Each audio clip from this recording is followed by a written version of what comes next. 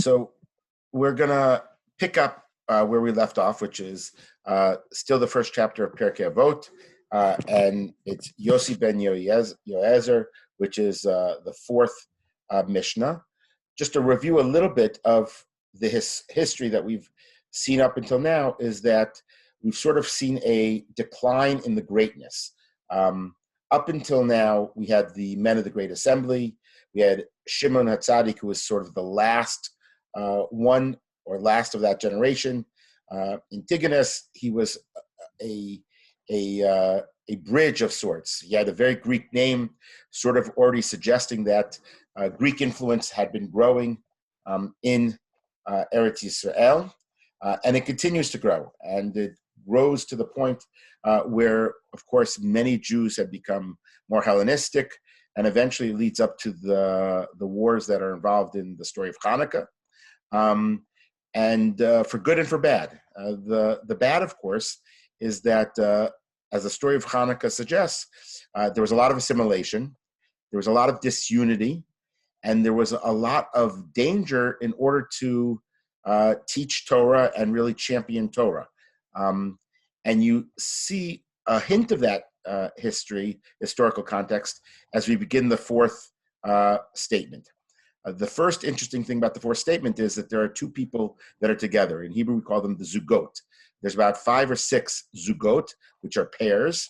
Up until now, we've had individual presenters. We had Shimon HaTzadik, we had Antigonus, and now we have Yossi ben Yoezer, Ish Streda, the Yossi ben Yochanan, Ish Yerushalayim.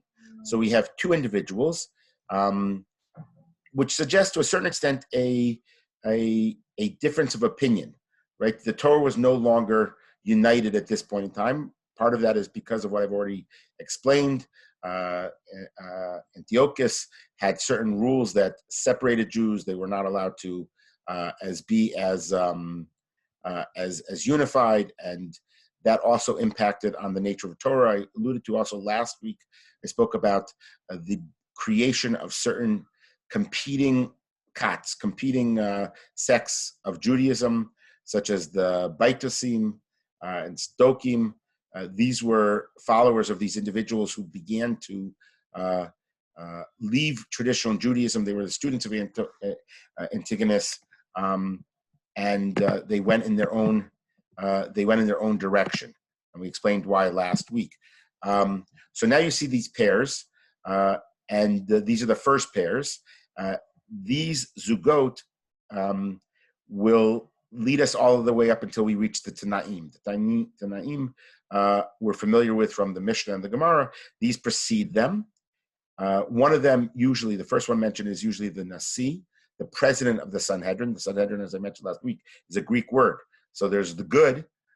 We wanted to create a parallel to the Anshe Knesset Gedolah, the men of the Great Assembly. So we wanted to create some type of body of deliberative scholars discussing and legislating Torah. So they were successful in the Sanhedrin, but you see the influence in the name itself. So the first name, Yossi ben Yoezer, is the Nasi, the president, and the second name, Yossi ben Yochanan, is the Av Beit Din, sort of the vice president of the Sanhedrin. And while they don't appear to be argue, we should just keep in mind they may be disagreeing on certain nuances. They're both equally committed to the continuation of Torah, against, in this regard, the Hellenists, but they may have different strategies that they believe in are the best ways to successfully accomplish this goal. So let's get to the Mishnah itself. So Yossi ben Yoezer, Ish Treda. Treda, I think, is a town in the hill country of the Shomron in Samaria. Yossi ben Yochanan, Ish Yerushalayim, Kiblu mehem. They received from them. Who are the them? Perhaps Antigonus and Shimon HaTzadik together. There is another gears, another manuscript that says Mimenu, that they received it from him, specifically Antigonus. Yossi ben Yoezer, that's the first one who we're going to learn today. Ish Streda Omer, he used to say these things. Yihi beitcha beit va'ad lechachamim, let your house be a house for the sages, meeting place for the sages. The heve mitabek ba'afar, and they should sit at the dust, raglehem, of their feet. The heve shoteh bitzama at divrehem, and they should drink the water, drink with thirst, their words. On one hand, it seems just sort of a superficial encouragement to learn Torah, which in itself is not superficial. It's an argument against the Hellenists. Remember, continuing with the tradition of Antigonus and Shimon HaTzadik, let's focus on survival. Let's focus on continuing Torah. That's what will keep us connected as we confront these outside challenges. But I think there's also inside more nuanced understanding of each of the statements. So let's think about some of them. The first one: let your house be a house of meeting place for the sages. So first of all, I think part of what could be being said, just on a shot level, is surround yourself with sages. Surround yourself with people who are engaged in matters of meaning and matters of scholarship. It will have an impact upon you, right? If you bring people into your home who are discussing Torah, that's going to have an impact on you. It's going to have an impact on your family. Your kids are going to see this. They'll be inspired by it, and they'll learn from it. In that same spirit, the heavy mitabek ba'afar ragleim, it's known that homes in those days very often didn't have floors. If you ever go to the synagogue in Carousel, I believe that's how you pronounce it, in the Caribbean, they didn't have floors in their synagogue, partly because,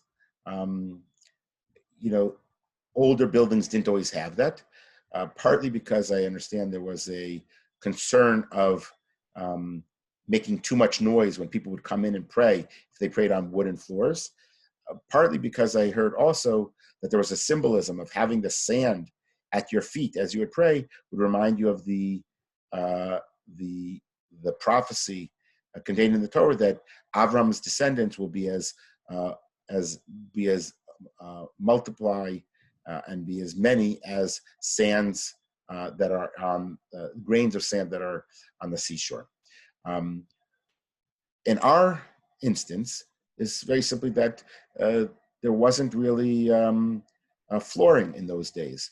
So the simple understanding is that they would gather at the feet of the sages. The people in your home would sit, usually on some type of bench or a chair, and everyone who wanted to come and learn would learn at their feet.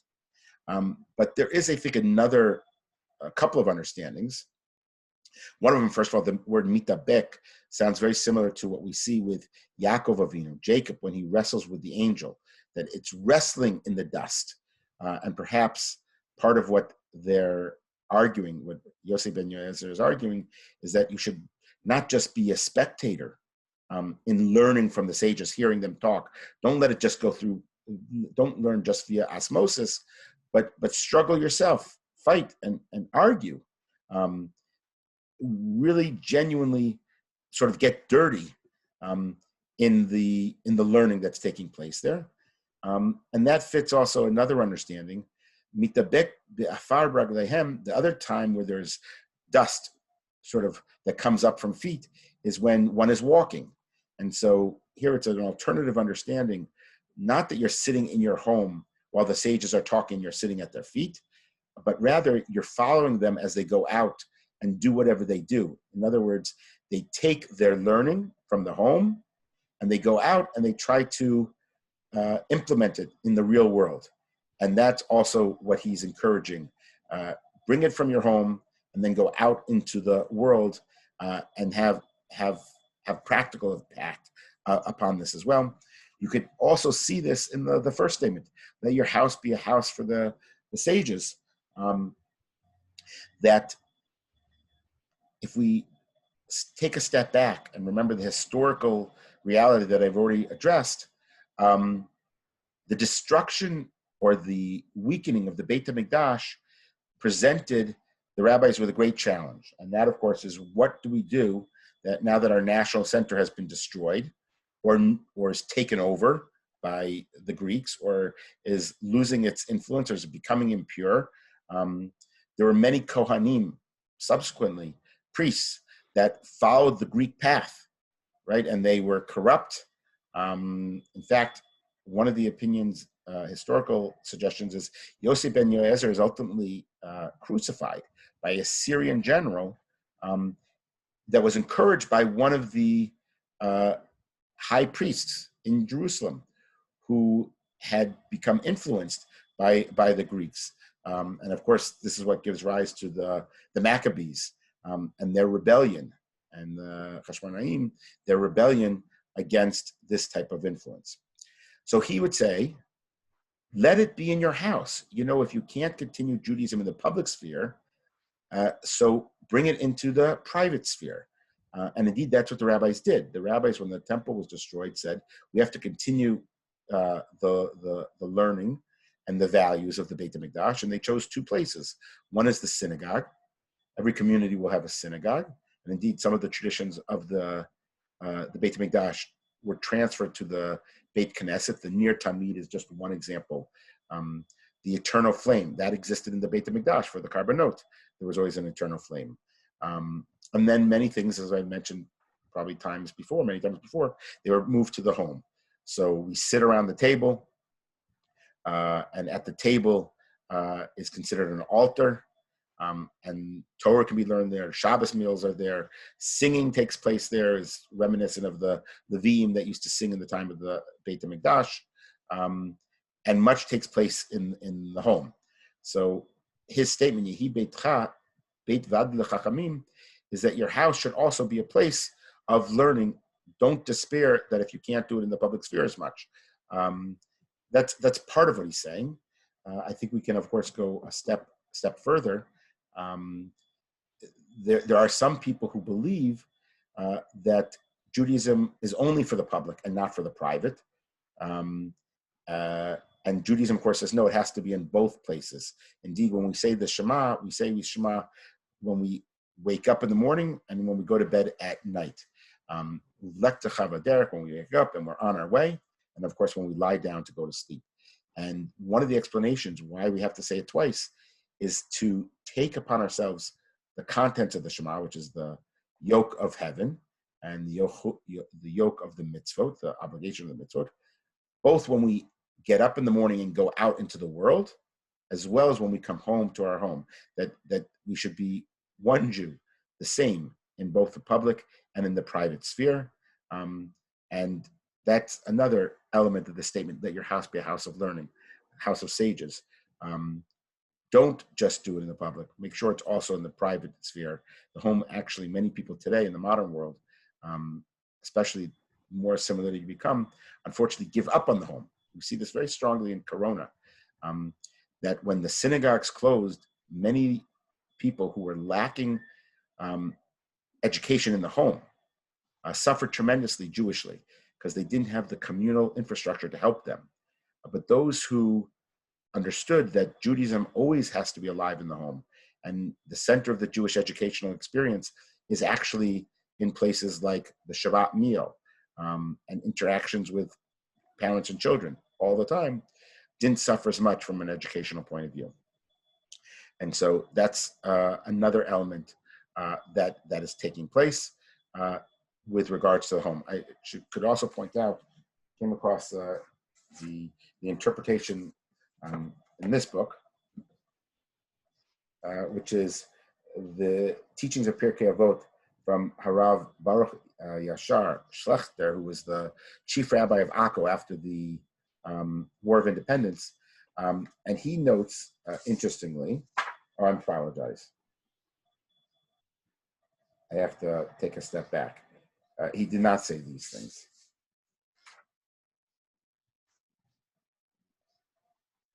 I apologize. No.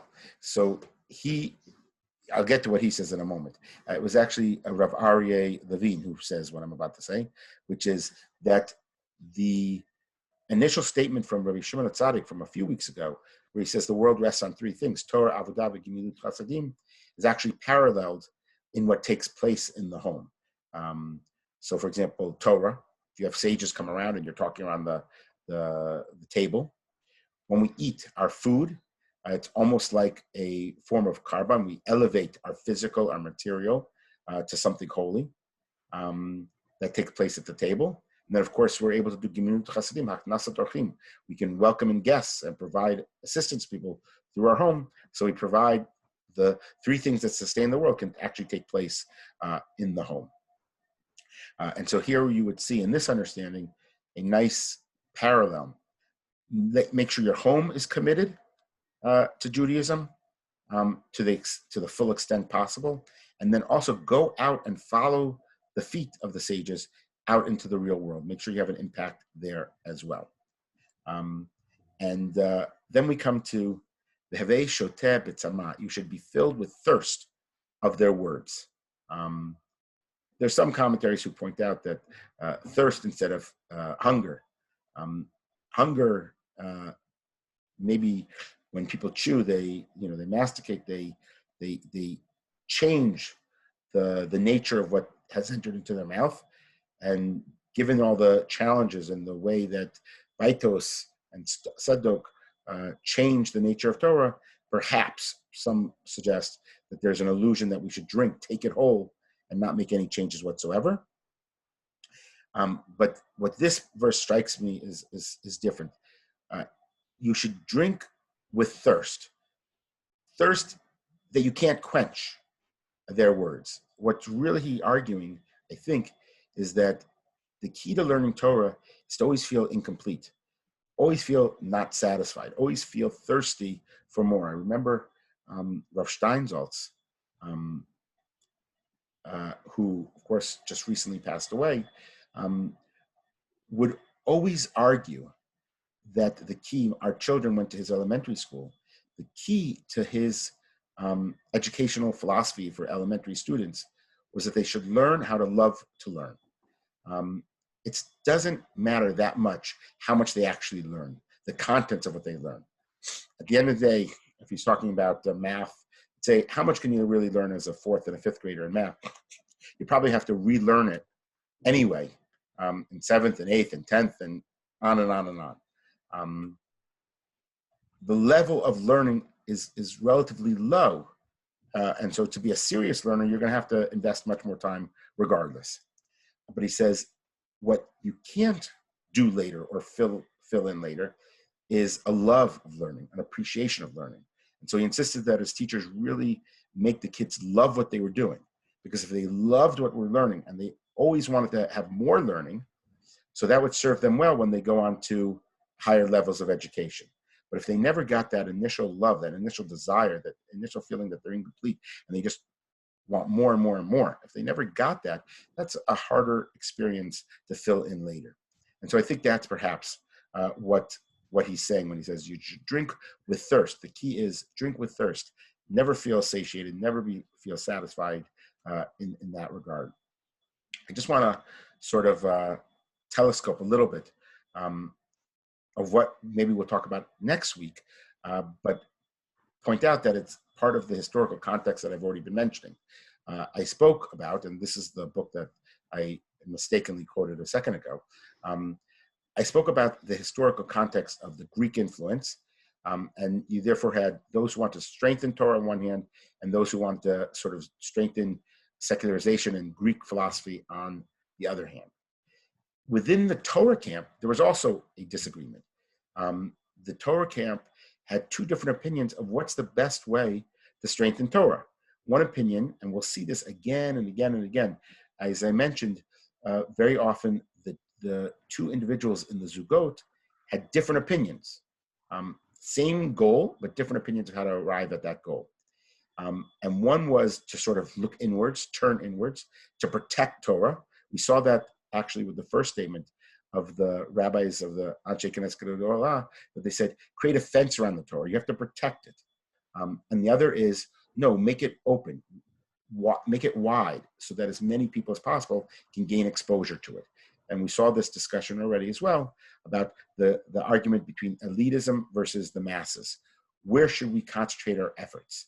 And that debate continues. You see it here with Yosef ben Yoezer and Yosef ben Yochanan. Next week, we see Yosef ben Yochanan says, if you just look down a little bit, Hi beitcha patuach l'revacha, that you should make sure that your house is wide open, right? Wide open as much as possible. The same commandment of one's house, right? The same things we've just spoken about, the importance of the house with regards to our first opinion, Yossi ben Yoezer. It could also be applied to Yossi ben Yochanan, but they have different people who they say should be in your house. Next week we'll see open your house wide to everyone, but Yossi ben Yoezer says open it to the sages. In other words, we have to focus on the elite. It's about learning from these people and trying to continue their teaching. You sit at the feet to a certain extent suggests an element of humility. I'm here just to be a receptacle of the tradition from those before me and their tremendous wisdom. And I don't want anything infiltrating that might in some way dilute it. When we get to Yossi ben Yochanan, however, he says, open your house wide to everyone. He sees you not as a receiver, but as being obligated to transmit to the next generation. And many people say, well, how could I transmit? How can I be a teacher? I haven't yet learned fully. I remember a teacher of mine, David Ebner, used to say, it's true, you can't go be a teacher because you're an Am Haaretz. You don't know anything. On the other hand, to someone out there who you'll be connected to, you'll be like the Vilna Gaon. Someone else won't know something that you know. And for them, it's as if you're the greatest scholar in the world. And it's an obligation for whatever knowledge you have, you should then share. You see that later in Pirkei Avot, where it says that even if a person teaches you one letter of the alphabet, 2 letters of the alphabet, that counts as them being your teacher. And that's the attitude that we'll see with Yossi ben Yochanan of spreading Torah as far, as wide as possible, even if that means it's diluted somewhat, because we have to reach everyone. Yossi ben Yoezer is more like creating the fence around the Torah. We have to be very careful. We have to be recipients. We have to be almost a cistern. Again, another allusion to a later Pirkei Avot, where we receive but don't change. And so you see this debate already here, and we'll see it again throughout all our learning of Pirkei Avot, this disagreement of what's the best way to confront assimilation, to retreat, but strengthen the core, or to go on the attack and be as wide open as possible. Okay, so we're going to end there with this Mishnah that we just learned. And next week, we'll continue with Yossi ben Yochanan. Thank you so much, Rabbi. Pleasure. Good to see you. Same here. I'll look forward to seeing you again next week. All the best. Yes, Hashem. Thank you so much. Bye-bye.